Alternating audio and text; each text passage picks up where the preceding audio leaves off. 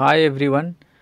आज हम लोग इस वीडियो में देखेंगे कोल माइंस रेगुलेशन 2017 के chapter 4 inspector and mine official, inspector और खान के पदाधिकारी। इस रेगुलेशन में टोटल 10 चैप्टर हैं।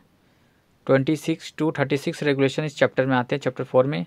आज हम लोग 10 रेगुलेशन को डिस्कस करें, कौन कौन से हैं और कौन कौन से महत्वपूर्ण क्वेश्चंस आ सकते हैं, एग्ज़ाम में पूछे जा सकते हैं, माइनिंग एग्ज़ाम में और आने वाले WCL एग्ज़ाम में, उसे भी डिस्कस करेंगे। तो चलिए वीडियो को स्टार्ट करते हैं।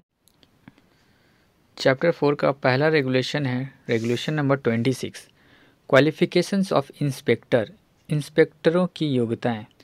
रेगुलेशन 27 है qualification and appointment of manager, manager की योग्यता और नियुक्ति।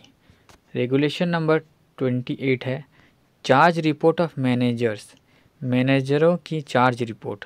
रेगुलेशन नंबर 29 है qualifications and appointment of safety officer, safety officer की योग्यता और नियुक्ति। रेगुलेशन नंबर 30 है appointment of assistant manager, assistant manager की नियुक्ति। रेगुलेशन नंबर 31 है qualification and appointment of ventilation officer, ventilation officer की योग्यता और नियुक्ति। और रेगुलेशन नंबर 32 है अपॉइंटमेंट ऑफ इंजीनियर्स, इंजीनियरों की नियुक्ति। रेगुलेशन नंबर 33 है appointment and qualification of senior officials, senior पदाधिकारियों की नियुक्ति और योग्यताएं। रेगुलेशन नंबर 34 है अपॉइंटमेंट ऑफ सर्वेयर, सर्वेयरों की नियुक्ति। रेगुलेशन नंबर 35 है appointment of officials and competent person, पदाधिकारियों तथा सक्षम व्यक्तियों की नियुक्ति। रेगुलेशन नंबर 36 है जनरल मैनेजमेंट, सामान्य प्रबंध। ये रेगुलेशन नंबर 36 चैप्टर 4 का लास्ट रेगुलेशन है। चलिए अब कुछ क्वेश्चंस डिस्कस कर लेते हैं जो आपके माइनिंग एग्ज़ाम्स में और आने वाले WCL एग्ज़ाम में आ सकते हैं।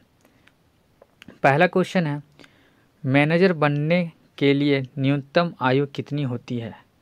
तो इसका सही उत्तर है 23 साल। दूसरा प्रश्न है मैनेजर की पोस्ट के लिए उच्चतम आयु कितनी होती है? तो 70 साल, मैक्सिमम 70 साल। तीसरा है मैनेजर को अपना पद छोड़ने से कितने दिन पहले सूचना देना पड़ता है? तो 30 दिन पहले सूचना देना पड़ता है। चौथा प्रश्न है खान का मैनेजर बदलने की अवस्था में जाने वाले मैनेजर द्वारा आने वाले मैनेजर को किस फॉर्म में चार्ज रिपोर्ट सौंपा जाएगा? तो इसका सही उत्तर है फॉर्म 7 में चार्ज रिपोर्ट सौंपा जाएगा। प्रश्न 5 है चीफ इंस्पेक्टर के रूप में नियुक्त व्यक्ति की क्या योग्यता रहेगी? तो इसका आंसर है पहला degree in mining engineering, degree जो होगा वो माइनिंग इंजीनियरिंग में होना चाहिए। और दूसरा है फर्स्ट क्लास मैनेजर सर्टिफिकेट ज़रूरी है चीफ इंस्पेक्टर के रूप में नियुक्ति के लिए। छठा प्रश्न मैनेजर और असिस्टेंट मैनेजर को खान की सीमा के कितने किलोमीटर के अंदर निवास देने का प्रावधान है? तो इसका सही उत्तर है 5 किलोमीटर के अंदर देने का प्रावधान है। 7वां प्रश्न है यदि किसी भूमिगत खदान का उत्पादन 2500 टन प्रति माह से अधिक है तो मैनेजर के रूप में नियुक्ति की क्या योग्यता रहेगी? तो फर्स्ट क्लास मैनेजर सर्टिफिकेट ज़रूरी है। 8वां प्रश्न है यदि किसी भूमिगत खदान का उत्पादन 2500 टन प्रति माह से कम है तो मैनेजर के रूप में नियुक्ति की क्या योग्यता रहेगी? तो इसका सही उत्तर है first and second class manager certificate. 9वां प्रश्न है यदि किसी ओपन कास्ट खदान का उत्पादन 20,000 मीटर क्यूब प्रति माह से अधिक है तो मैनेजर के रूप में नियुक्त की क्या योग्यता रहेगी? तो इसका सही उत्तर है फर्स्ट क्लास मैनेजर सर्टिफिकेट। 10वां प्रश्न है यदि किसी ओपन कास्ट खदान का उत्पादन 20,000 मीटर क्यूब प्रति माह से कम है तो मैनेजर के रूप में नियुक्ति की क्या योग्यता रहेगी? तो इसका सही उत्तर है first class and second class manager certificate. 11वां प्रश्न है मैनेजर से कम योग्यता वाले अधिकारी को मैनेजर रखने के लिए किसकी परमिशन लेनी पड़ती है? तो इसका सही उत्तर है चीफ इंस्पेक्टर की परमिशन लेनी पड़ती है। 12वां प्रश्न है, भूमिगत खान का कितना मासिक उत्पादन रहने पर सेफ्टी ऑफिसर की नियुक्ति की जाएगी? तो इसका सही आंसर है 5000 टन प्रति माह। 13वां प्रश्न है, ओपन कास्ट खान का कितना मासिक उत्पादन रहने पर सेफ्टी ऑफिसर की नियुक्ति की जाएगी? तो इसका सही उत्तर है 20,000 मीटर क्यूब प्रति माह। 14वां प्रश्न है, कितने से कम उत्पादन वाले प्रथम डिग्री खदान में सुरक्षा अधिकारी और वेंटिलेशन अधिकारी का पद की एक किया जा सकता है? 15,000 टन पे। 15वां प्रश्न है, फर्स्ट डिग्री माइन का कितना मासिक उत्पादन रहने पर वेंटिलेशन ऑफिसर की नियुक्ति की जाएगी? तो इसका सही उत्तर है 5,000 टन प्रति माह रहने पे मासिक उत्पादन रहने पे वेंटिलेशन ऑफिसर की नियुक्ति की जाएगी।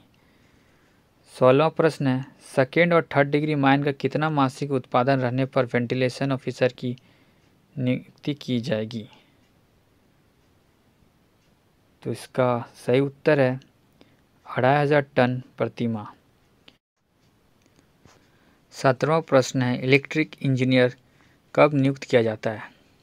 तो इसका सही उत्तर है जब ओवर 650 वोल्ट पावर यूज होता है तब, 650 वोल्ट का पावर जब यूज़ होता है तब, या तो 1.5 MVA installing electric equipment use होता है तब।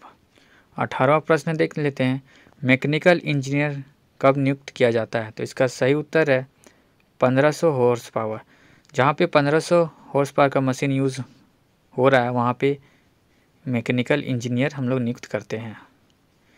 19वां प्रश्न है, किसी इंजीनियर को 2 खदान में कार्य करने के लिए किससे परमिशन लेनी पड़ती है? तो इसका सही उत्तर है चीफ इंस्पेक्टर। तो आज के लिए इतना ही। चैप्टर 4 में जितने भी महत्वपूर्ण क्वेश्चंस बन सकते थे हमने डिस्कस किया, और कोई भी प्रश्न छूट गया होगा तो प्लीज़ आप लोग कमेंट बॉक्स में कमेंट करें। और इस वीडियो से आपको थोड़ा सा मदद मिला होगा तो प्लीज़ इस वीडियो को शेयर करें, हमारे चैनल को सब्सक्राइब करें, अपने माइनिंग दोस्तों के साथ इस वीडियो को शेयर करें, लाइक करें। इससे पहले हम लोगों ने चैप्टर 3 डिस्कस किया है, वो उसका लिंक मैंने डिस्क्रिप्शन बॉक्स में दे दिया है, और हमारे टेलीग्राम ग्रुप का भी लिंक दे दिया है, आप वहाँ जाके ज्वाइन कर सकते हैं। तो आज के लिए इतना ही। Thank you. जय हिंद।